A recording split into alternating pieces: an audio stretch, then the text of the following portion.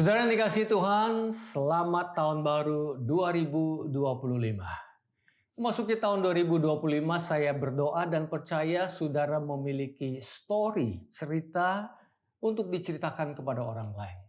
Cerita dari surga, the greatest love story, di mana Tuhan Yesus sangat amat mengasihi kita dan seluruh isi dunia, dan Dia ingin kita percaya sama Dia dan memperoleh hidup yang kekal. Tapi saudara bilang, Pastor Kong, saya ini kan bukan pendeta, saya bukan hamba Tuhan, saya tidak banyak cerita yang saya bisa ceritakan. Well, ada kabar baik saudara, ada sebuah frase yang bagus sekali. Dia katakan gini, let us not age, biarlah kita tidak bertumbuh dewasa atau bertumbuh umur dengan menambah jumlah umur, jumlah tahun, tetapi biarlah kita bertumbuh dengan cerita demi cerita. Ada orang bisa bertumbuh dari umur 20 menjadi 21 dengan bertambah satu umur. We age not by years. Tetapi biarlah kita bertambah umur atau tidak bertambah umur, kita bernambah cerita Tuhan di dalam hidup kita untuk kita bagikan kepada orang lain. Amin ya saudara ya. Tapi saudara bilang, Pastor Kong sekali lagi, saya nggak pintar ngomong, saya nggak bisa bicara, saya tidak punya cerita. Well, menceritakan sebuah cerita tidak harus dengan ngomong. Hidup saudara dan hidup saya itu adalah cerita itu sendiri bagi orang lain. Nah, kalau saudara merasa tidak punya cerita yang saudara ingin ceritakan, hari ini saya juga ada kabar baik. Yang perlu saudara ceritakan bukan cerita saudara, tetapi cerita Tuhan di dalam hidup saudara. Bagaimana Dia menolong saudara, bagaimana Dia menyelamatkan saudara, bagaimana Dia membuka jalan, bagaimana Dia menghibur saudara, bagaimana Dia menguatkan saudara dan saya.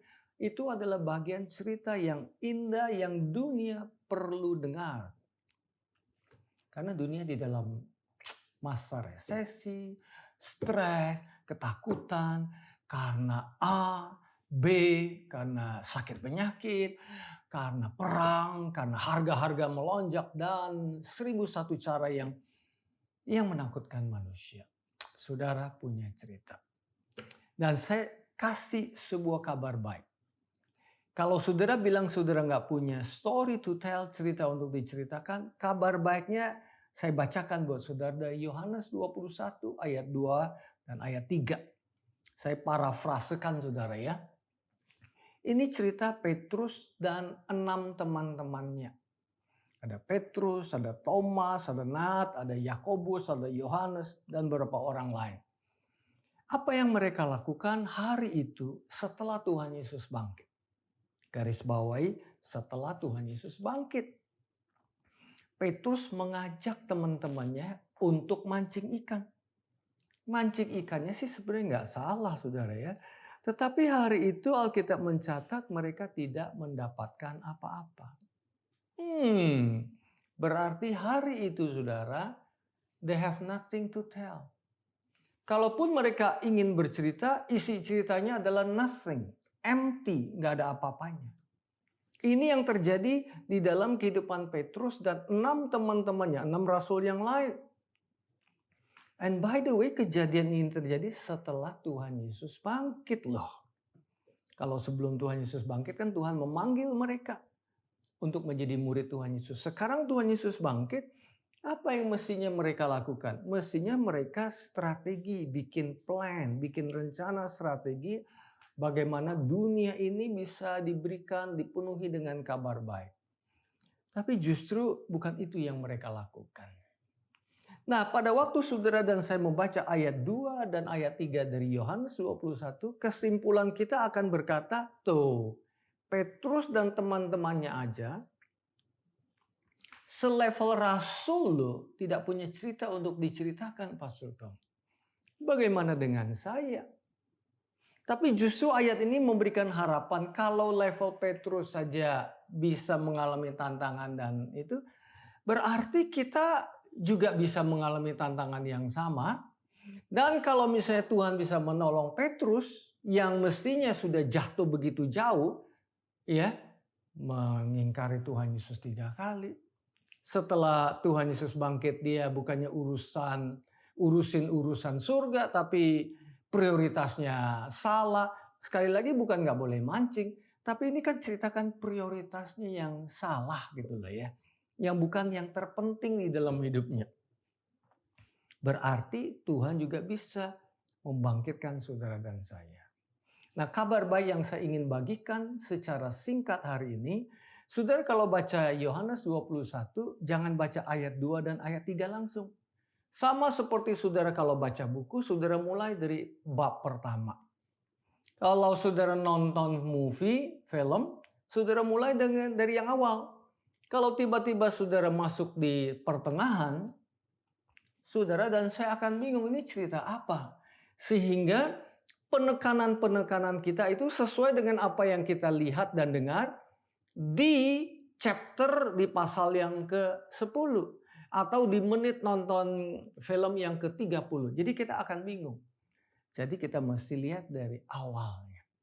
Karena yang awal itu menunjukkan introduction.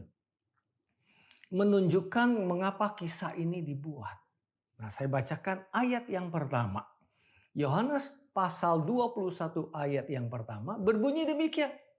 Saya parafrase sedikit ya. Kemudian Yesus muncul lagi. Jadi Tuhan Yesus muncul lagi kepada murid-muridnya di Danau Galilea. Waktu saudara baca ayat yang pertama, saudara mulai mengerti. Rupanya ini cerita tentang Tuhan Yesus yang muncul menolong Petrus dan kawan-kawan yang sedang mengalami masalah. Tuhan Yesus muncul memberikan cerita demi cerita kepada Petrus dan kawan-kawan yang hari itu tidak punya cerita. Sekali lagi saya mengucap syukur kepada Rasul Yohanes yang menulis pasal 21 bukan mulai dari ayat 2 dan 3 cerita tentang kegagalan Petrus dan kawan-kawan, tetapi tentang Tuhan Yesus yang muncul untuk yang ketiga kalinya di tengah-tengah, bolehlah kita bilang, kebodohan murid-muridnya, di tengah-tengah ketidaksensitif murid-muridnya, di tengah-tengah tidak mengerti prioritas daripada murid-muridnya, tetapi inti ceritanya adalah Tuhan Yesus muncul, menyatakan dirinya untuk yang ketiga kalinya, dan kemudian terjadilah sesuatu yang luar biasa. Hidup Petrus dan kawan-kawan yang hari itu tidak menangkap apa-apa, tiba-tiba bisa menangkap 150 ikan yang besar-besar. Dan kalau sebelum mereka, waktu pertama mereka kenal Tuhan Yesus, sebelum Tuhan Yesus bangkit, jala mereka itu koyak dengan ikan yang ada. Kali ini jala mereka tidak koyak. Dengan kata lain, saudara sudah diberikan cerita-cerita surga yang saudara boleh ceritakan kepada keluarga saudara, tetangga saudara, teman kantor saudara, teman sekolah, teman SD, teman SMP, teman-teman saudara, siapapun yang saudara ketemui, Tuhan ingin saudara ceritakan kisah kasih surga yang luar biasa. Kalau saudara bilang, I don't have any story to tell, hari ini saudara perlu memasukkan cerita saudara ke dalam cerita Tuhan yang luar biasa. Sehingga apa yang saudara tidak miliki, di tangan Tuhan yang menyatakan dirinya untuk kesekian kalinya kepada hidup saudara, membuat saudara punya cerita yang luar biasa. Amin saudara.